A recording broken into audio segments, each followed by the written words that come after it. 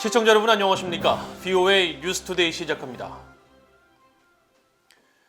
미국 공화당 하원 의원 35명이 바이든 행정부에 한국전쟁 종전선언을 반대하는 내용의 서한을 보냈습니다. 북한 정권의 완전한 비핵화와 기본적인 인권 존중에 대한 진전 없이 일방적인 종전선언을 해서는 안 된다는 것인데, 한국 문재인 정부가 적극 추진하고 있는 종전선언에 대한 미국 의원들의 공식적인 반대 표명입니다. 첫 소식 이조은 기자가 보도합니다. 미국 연방하원의 캘리포니아주 출신 영김 하원 의원과 하원 외교위 공화당 간사인 마이클 맥카울 의원 등 35명의 공화당 의원들의 질을 잭 설리번 백악관 국가안보보좌관에게 보낸 공개 서한입니다.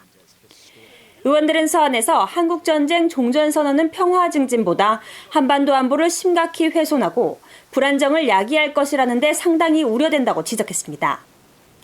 먼저 북한은 종전선언에 관심을 보이지 않으면서 평화를 위한 대화 전에 제재 완화가 최우선 순위가 돼야 한다는 입장을 보여왔고, 제재 회피를 위한 불법 활동에 계속 관여하는 등 미국과 한국, 유엔과의 합의를 반복적으로 어기고 있다고 밝혔습니다.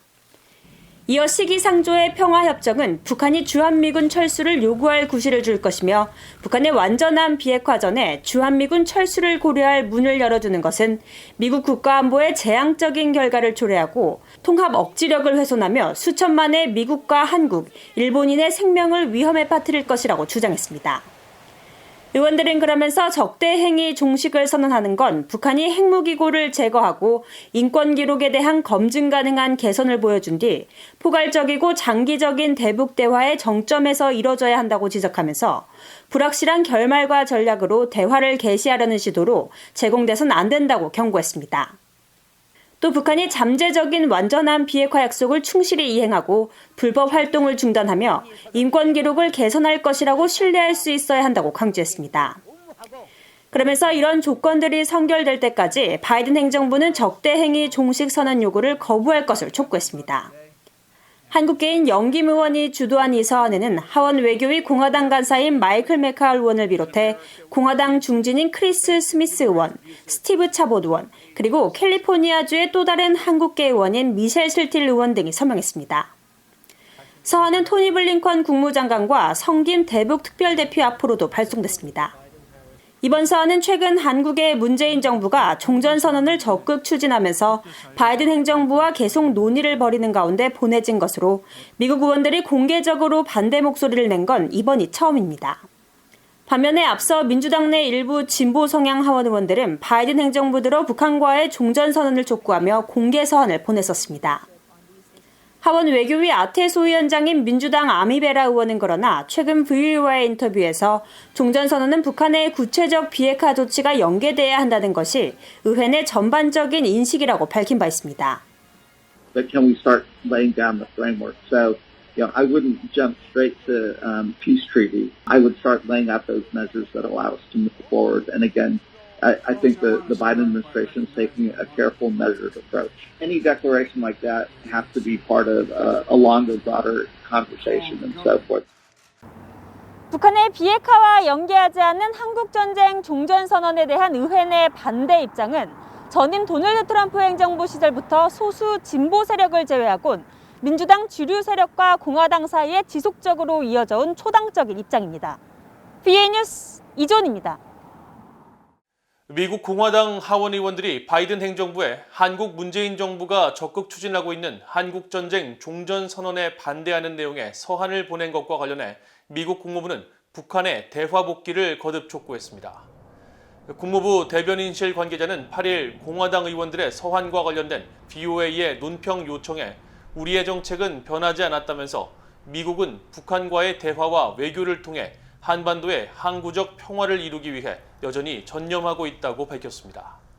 그러면서 미국과 동맹국, 해외 주둔 미군의 안보를 증진시키는 가시적인 진전을 이루기 위한 잘 조율되고 실용적인 접근의 일환으로 우리는 계속해서 북한과의 관여를 모색할 것이라고 설명했습니다.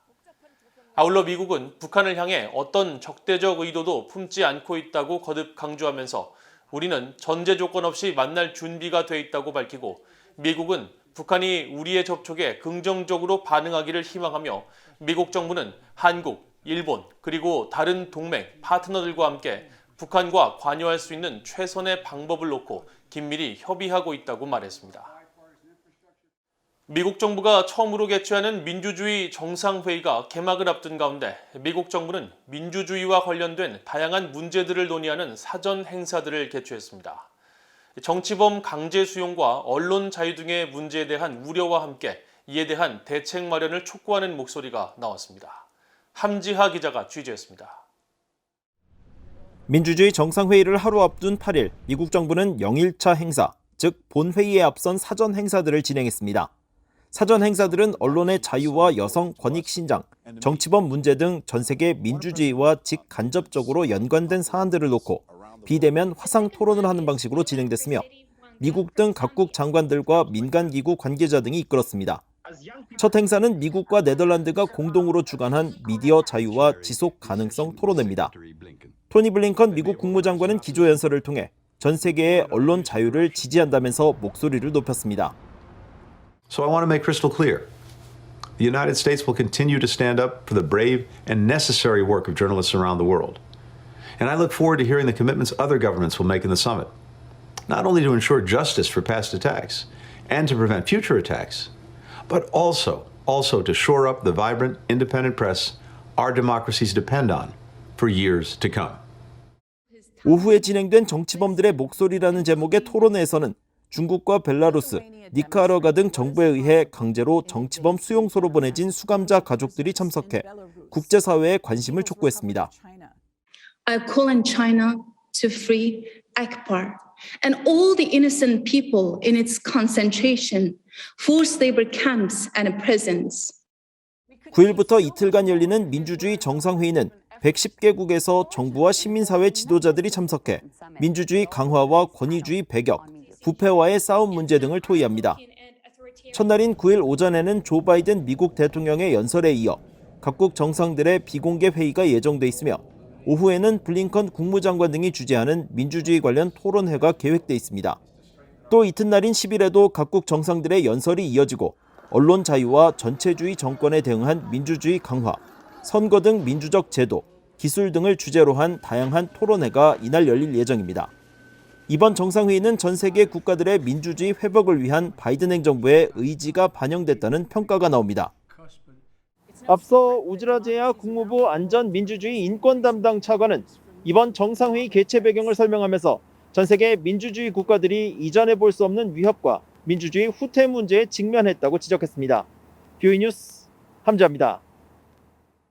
제이크 설리번 백악관 국가안보 보좌관은 중국이 제기하는 여러 도전에 맞서 한국, 일본을 비롯해 동맹국과의 공조가 더욱 강화되고 있다고 밝혔습니다. 설리번 보좌관은 8일 미국 국방 전문 매체 디펜스1이 주최한 화상 대담에서 미국은 1년 전보다 더 강력한 위치에서 중국을 상대하고 있다면서 1년 전 많은 동맹과 파트너들이 중국에 대해 우려했지만 지금은 중국이 제기하는 여러 도전들에 대해 동맹국과의 공조가 확대돼 견고하다고 밝혔습니다. 특히 인도태평양 안보협의체인 쿼드가 정상 차원으로 격상됐고 바이든 행정부 출범 초 백악관에서 한국 대통령, 일본 총리와의 정상회담이 열리는 등 미한, 미일 동맹이 그 어느 때보다 강력한 지점에 있다고 강조했습니다. 한편 콜린 칼 국방부 정책 담당 차관은 이날 행사에서 미국과 한국의 새로운 작전계획 수립과 관련해 한국과 우리의 계획은 견고하고 북한이 이야기하는 위협의 진화와 영내 다른 도전에 따라 우리의 대응 계획도 계속 진화한다고 강조했습니다. 미국은 북한 등 새로운 침략자와의 향후 전투에서 우위를 확보하기 위해 경쟁적 군수 지원 능력을 확보하는 것이 매우 중요하다고 크리스토퍼 그레디 미국 합참차장 지명자가 밝혔습니다. 그레디 지명자는 8일 미국 의회 상원 군사위원회 인준 청문회에 출석해 북한 등 새로운 적과의 싸움에서 영내 전투력 증강 능력에 대해 우려하고 있으며 군수 능력 확보가 전쟁의 성패를 가르는 매우 중요한 부분이라고 생각한다면서 이같이 밝혔습니다. 그러면서 군수 능력은 새 합동 전투 구축의 4대 축 가운데 하나라고 말하고 한국이나 인도태평양 영내 기타 지역에서 미군의 전투가 가능하도록 군수 능력이 지원될 수 있는지 여부가 매우 중요하다고 거듭 강조했습니다. 앞서 그레디 지명자는 지난주 상원 군사위원회 인준 청문회에 앞서 제출한 서면 답변을 통해 북한 위협에 대한 방어 강화를 강조하면서 이를 위해 영내 상호 운용성을 개선하고 통합된 미사일 방어 역량 개선을 추구하기 위한 새로운 역량을 채택할 필요가 있다고 밝혔습니다. 유엔 인권기구가 오는 10일 세계 인권의 날을 앞두고 서울에서 북한 인권 범죄 가해자들에 대해 책임 규명을 진전시키는 방안을 모색하는 국제회의를 열었습니다. 서울 유엔 인권 최고대표 사무소의 이메시 포카렐 소장대행은 VOA에 서울의 한 호텔에서 8일 북한 책임 규명 방안 탐색을 주제로 국제 워크숍을 열었다면서 북한 당국의 인권 범죄에 대한 유엔 인권기구의 감시와 책임 규명 작업을 강화하기 위한 목적이라고 말했습니다.